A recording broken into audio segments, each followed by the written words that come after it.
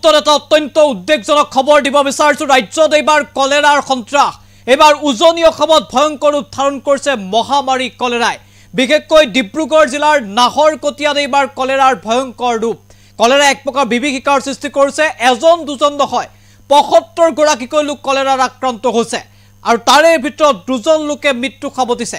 ইতিমধ্যে সমগ্ৰ বিশ্বই কলেৰাক এক প্ৰকাৰ মহামাৰী হিচাপে ঘোষণা কৰিছে আৰু সেই মহামাৰী এইবাৰ অসমত দেখা পোৱা গৈছে। উজনি অসমৰ এখন চাহ বাগিচাত এইবাৰ কলেৰাৰ প্ৰাদুৰ্ভাৱ দেখিবলৈ পোৱা গৈছে। কিন্তু তাৰ পাছতো এক প্ৰকাৰৰ মৌনতা অৱলম্বন কৰিছে ৰাজ্যৰ ব্যাগুম স্বাস্থ্য বিভাগ আৰু চৰকাৰে।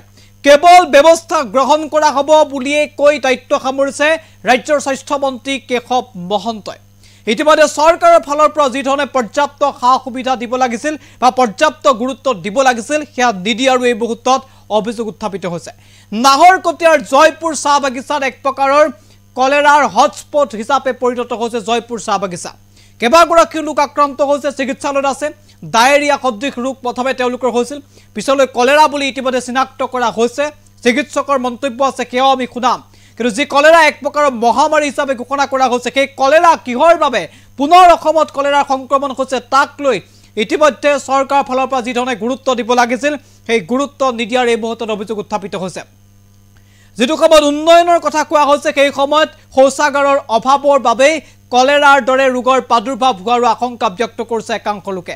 চাহ বাগিচাত পৰ্যাপ্ত প্ৰতিঘৰ লোকৰ বাবে পৰ্যাপ্ত অনাময় ব্যৱস্থা নথকাৰ বাবেই এনেধৰণৰ কলেৰা সদৃশ ৰোগৰ প্ৰাদুৰ্ভাৱ বৃদ্ধি পোৱাৰ আশংকা ব্যক্ত কৰিছে সৰ্বসাধাৰণ জনতাই। কিন্তু তাৰ পাছতো ব্যৱস্থা গ্ৰহণ কৰাৰ ক্ষেত্ৰত বিশেষ ভূমিকা নোলোৱাৰ অভিযোগ চৰকাৰৰ বিৰুদ্ধে।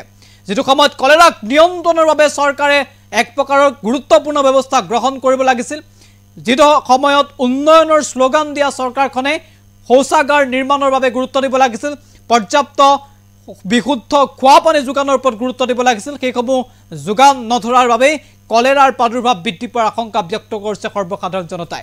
মুঠতে যিয়েই নহওক, এটা অত্যন্ত উদ্বেগজনক খবৰ যে এজন দুজন নহয় ৭৫ গৰাকী লোকৰ শৰীৰত কলেৰা ধৰা পৰিছে বুলি খবৰ আহিছে আৰু দুজনৰ মৃত্যু হৈছে। এই খবৰ এনিটকছৰ দৰ্শকৰ বাবে লৈ আহিছোঁ। নাহৰকটীয়াত এইবাৰ ভয়ংকৰ ৰূপ ধাৰণ কৰিছে কলেৰাই।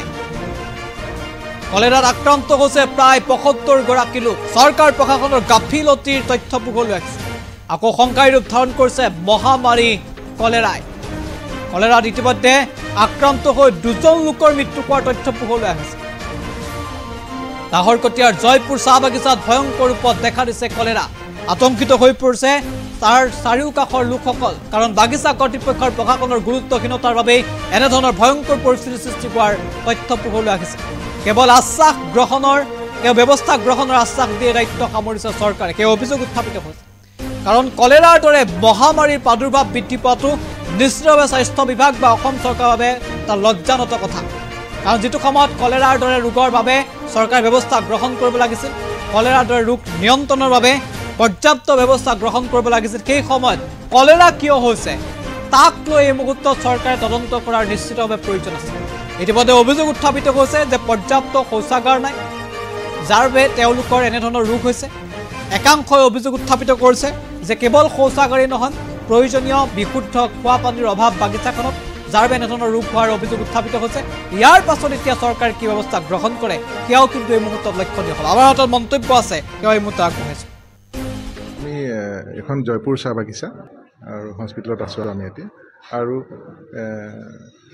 আমাৰ ইয়াতে প্ৰায় 75 টোটেল আমাৰ এফেক্টেড হৈছিলে ডায়েৰিয়াত। আৰু এইটো আপোনাৰ উৰিষ্যাৰ পৰা মানে আমাৰ এহাল মানুহ আহিছিলে ইয়ালৈ, আমাৰ ইয়াতে কাম কৰা। তেওঁলোক মাজে মাজে উৰিষ্যালৈ যায়।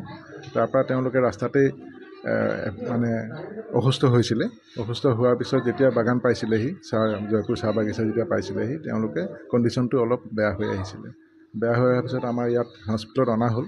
নেক্সট দিনাখন অনাৰ পিছত ইয়াত প্ৰাথমিক চিকিৎসা দিয়াৰ পিছত তেওঁলোকক নাহৰকটীয়া আমাৰ গভৰ্ণমেণ্ট হস্পিটেললৈ পঠিওৱা হ'ল। তাত তেওঁলোকে যাওঁতে তেওঁলোকৰ ডেথ হ'ল। কিমানজন কৈছে এতিয়ালৈকে 75 এফেক্টেড হ'ল, ৭৫জন এফেক্টেড হৈছে।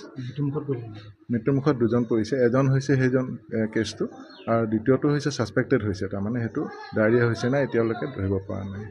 2জন ডেথ হৈছে 75 আপোনাৰ এফেক্টেড হৈছে বৰ্তমান এতিয়া আমাৰ এজনহে আছে বাকিবোৰ সব সুস্থ হৈ ঘৰলৈ গৈছে এতিয়া আমাৰ আণ্ডাৰ কণ্ট্ৰল আছে এতিয়া এজন মাত্ৰ এফেক্টেড মানুহ আছে বাকি সবকে ডিসচাৰ্জ দিয়া হৈছে আৰু তেওঁলোকক আমি ফলো আপ কৰি আছোঁ লক্ষণসমূহ আপোনাৰ খুব শৌচ হয় লেট্ৰিন হয় আৰু আপোনাৰ কি কয় বমি হয় আমি ইয়ালৈ ততাতৈয়াকৈ আমি ইয়ালৈ লৈ আহোঁ এডমিট কৰোঁ যিখিনি প্ৰাথমিক ইয়াৰ ডিসচাৰ্জ দিবলৈ আমি পাৰোঁ আৰু গভৰ্ণমেণ্টেও ইয়াত কণ্টিনিউৱাছলি আমাক ডক্টৰ দিছে ইয়াত ডক্টৰ এতিয়া আহি আছে গোটেই টিম তেওঁলোকে শুশ্ৰূষা কৰি আছে আমি এখন জয়পুৰ চাহ বাগিচা আৰু হস্পিটেলত আছোঁ আমি এতিয়া আৰু